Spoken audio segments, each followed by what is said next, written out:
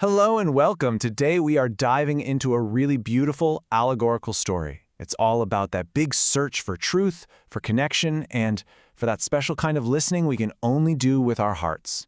And it all starts with this mysterious sound haunting the edges of a busy town. So, picture this. You're in the narrow streets of a big town. The sun's going down, painting all the chimney pots gold, and people start to hear this strange noise. It sounds kind of like a distant church bell. In the city, with all the hustle and bustle, it gets lost. But the farther you get from all that noise, out toward this deep, fragrant wood, the clearer it becomes. And this sound, well, it becomes this shared curiosity, right?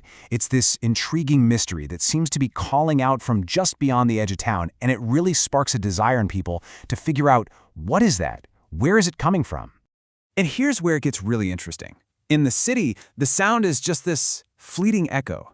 But for the people who walk outside the town, near the gardens and the fields, for them, it becomes distinct. It's beautiful. And it really seems to be coming from a church deep inside those woods. It stirs up something almost holy in them, this feeling that something sacred is out there, just waiting to be found. So naturally, people start looking for it. I mean, who wouldn't? But as we're about to see, these first attempts, they're often pretty superficial. They're driven more by distraction and, honestly, a desire for simple, easy answers. And look how quickly the whole point gets sidetracked. At first, everyone's curious. The rich drive out, the poor walk, but the journey just feels too long. Pretty soon, the search isn't even about the bell anymore. It becomes an excuse for a romantic little trip, or a chance to set up a business, or a way to chase some prestigious title. The goal completely shifts from this internal discovery to some kind of external reward. And this just leads to this whole chain of wrong answers. First, a confectioner, brilliant move, sets up a stall right at the edge of the wood with a fake, totally silent bell, a perfect distraction. Then a poet writes these beautiful verses about the sound without ever actually finding it. The emperor, of course, turns the whole thing into a competition, offering a fancy title.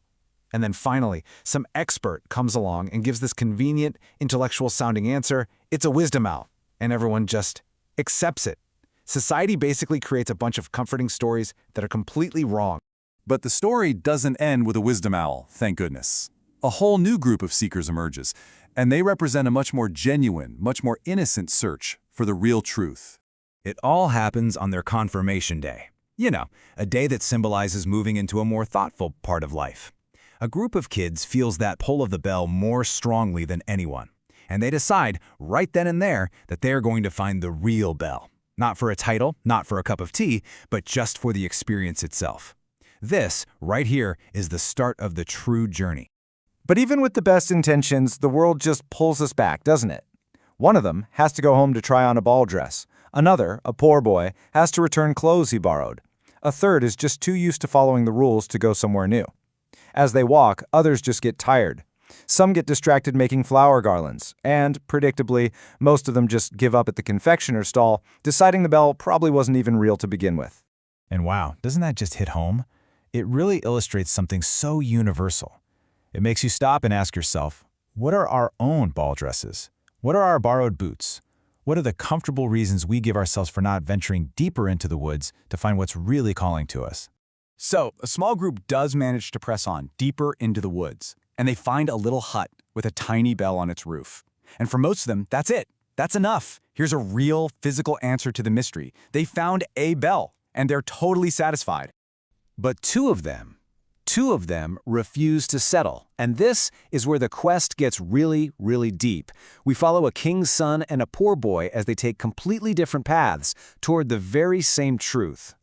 The king's son, he just knows. Instantly. He looks at that little bell and says it's way too small, way too thin to make that incredible sound that touched so many hearts. He trusts his gut feeling over the easy, obvious answer, and he decides to keep going all by himself. And as he's walking, who does he meet? The poor boy. The very same one who had to go back to return his borrowed clothes.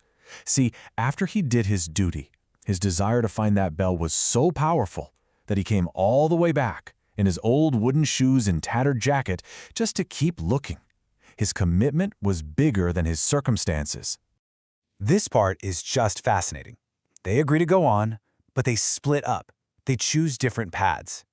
The poor boy thinks the bell must be to the right, where things are grand and magnificent, and his path is tough, through thorns that tear at him. The king's son, on the other hand, follows his heart, to the left. His path is sunnier, but it's not without its own struggles. So you have these two different approaches, one through hardship and humility, and the other through intuition and clarity. And now we get to the climax. The sun is starting to set, and the true nature of the bell is about to be revealed. And spoiler alert, it's not an object you can find, but an experience you have to have. Okay, so we're following the king's son, and he climbs way up on this wall of rock to see the sun set one last time. And from up there, he sees the huge, majestic sea. The sun is like this giant glowing altar where the sea and sky meet. And everything, the woods, the water, the heavens, it all just melts together into this incredible symphony of glowing colors. And in that moment, he gets it. The sound wasn't coming from a bell, the sound was everything. The story says it perfectly. The whole of nature was one large holy church in which the trees and hovering clouds formed the pillars, the flowers and grass the woven velvet carpet, and heaven itself was the great cupola. Just beautiful. Then, suddenly, the poor boy appears. His hard path through all those thorns led him to this exact same spot, at this exact same moment of revelation. They just run to each other, two souls from completely different worlds, and they hold hands, totally united in this amazing, shared understanding. So what we learn is that the invisible bell isn't a thing, it's not an object, it's the sound of the entire universe in perfect harmony. It's the sacred music of nature and poetry and the human spirit, all ringing as one. It's a kind of truth you can't find by just looking for something, but one you can only feel by going on a real, sincere journey. And that really leaves us with a final thought. We all hear it, right? A faint, beautiful sound calling to us from just beyond our daily noise. So the story asks us, what is your invisible bell? What's that deep truth that you're seeking? And maybe even more importantly, which path are you going to take to find it?